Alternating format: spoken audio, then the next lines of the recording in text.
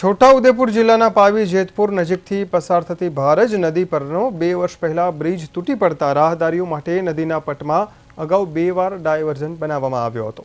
₹6 કરોડના ખર્ચે આ ડાયવર્ઝન બનાવવામાં આવ્યો હતો, જે પાણીના પ્રવાહમાં ધોવાઈ ગયો। ત્યારે અહીં ફરી ડાયવર્ઝન બનાવવામાં આવ્યું છે। જો કે કોન્ટ્રાક્ટરે જાણે ડાયવર્ઝન બનાવવામાં વેઠ ઉતારી હોય તેવું લોકો કહી રહ્યા છે। લોખંડની કે પાકી પેરાફિટની જગ્યાએ વાંસના બાંબુ લગાવવામાં આવ્યા છે। માત્ર 6 પાઇપ અને માટી રેતીનો ઉપયોગ કરી આ ડાયવર્ઝન બનાવવામાં આવ્યું છે। સેફટી દિવાલ ન હોવાથી અને માત્ર વાંસના બાંબુનું પેરાફિટ હોવાથી અહીં અકસ્માતનું જોખમ વધી જાય છે।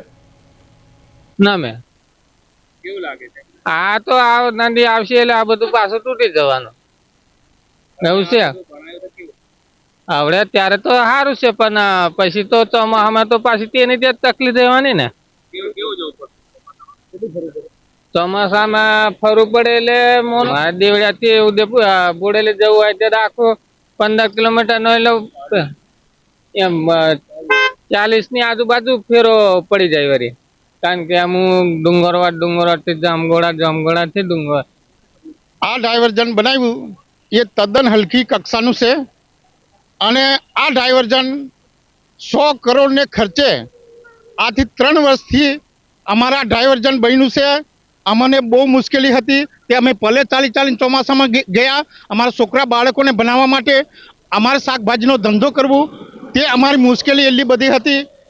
આખા આ બાજુના વિસ્તારને એટલી બધી ડાયા માણસને એટલી બધી મને રડે, મને મેં કેમ ના બોંધરી બા એ મેં તમને હાથે ધલી અમે પેલી બાજુ તે ડાયા માણસને અમે લઈ ગયા। હવે આ ડાયવર્ઝન બન્યું એ પણ તૂટી જવાનું છે, ખાલી 100 ભૂંગરા નાખ્યા છે। હવે આ હલકી કક્ષાનું ડાયવર્ઝન બનાવવાથી આ બાજુમાં કોઈ લોખંડના પિલર નહીં, એ તૂટી જશે તો એ કોની જવાબદારી? મહી ખાપી જશે મહી અંદર, એ જવાબદારી કોણ લેશે? मैं અહીં સ્થાનિક પેશા સમિતિનો સભ્ય છું સિહોદ ગામ પંચાયતમાં।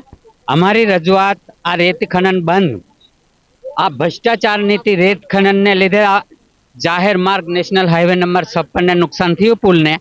એ પુલને આજનું પણ ભ્રષ્ટાચારમાં રેલવેના આ પુલના હરિયા પણ જાળાની પાત્રા નાખવા, જે જૂના પુલના ઓરિજિનલ લોખંડ હતું એવું લોખંડ નહીં નાખતા। એવી રીતે આ ડાયવર્ઝન પહેલું 142 ભૂંગરા નાખેલા, આ 100 ભૂંગરામાં પહોંચી જશે એટલે પહેલા જ વરસાદે આ તમને ને અમને આમ જનતાને દુઃખ પડશે, સ્થાનિકને કોઈ હોંભરવા રાજી નહીં। છોટાઉદેપુર જિલ્લાના ભારજ નદી ઉપર નેશનલ હાઈવે નંબર 56 નું જે બ્રિજ આવ્યું હતું તે 2 વર્ષ પહેલા ધરાશયી થયું હતું। જોઈ શકાય છે દ્રશ્યમાં કે જે બ્રિજ ધરાશયી થયું હતું તેનું કામ ચાલી રહ્યું છે, પરંતુ મંથન ગતિમાં, ધીમી ગતિમાં કામ ચાલી રહ્યું છે અને તંત્ર દ્વારા આ ભારજ નદીમાં બે વખત કરોડોના ખર્ચે ડાયવર્ઝન બનાવવામાં આવ્યું। બંને વખત કરોડો રૂપિયાનું જે ડાયવર્ઝન છે તે પાણીમાં ધોવાઈ ગયું। લોકોને 40 કિલોમીટરનો ચકરાવો લગાવવો પડ્યો। ચોમાસાની અંદર લોકો ઘણી બધી મુશ્કેલીઓનો સામનો કરવો પડ્યો લોકોને।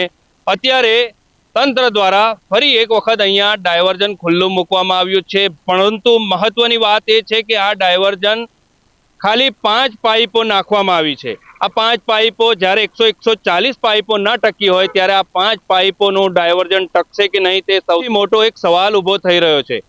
મહત્વની વાત બીજી પણ એ કહી શકાય કે અહીંયા જે ડાયવર્ઝન બનાવવામાં આવ્યું તેના અંદર પેરાફિટ નથી, ખાલી બંબુના સહારે આ જે બંબુ અહીંયા ઊભા કરી દેવામાં આવ્યા છે, જેને લઈ હજારો વાહનો અહીંયાથી પસાર થાય છે।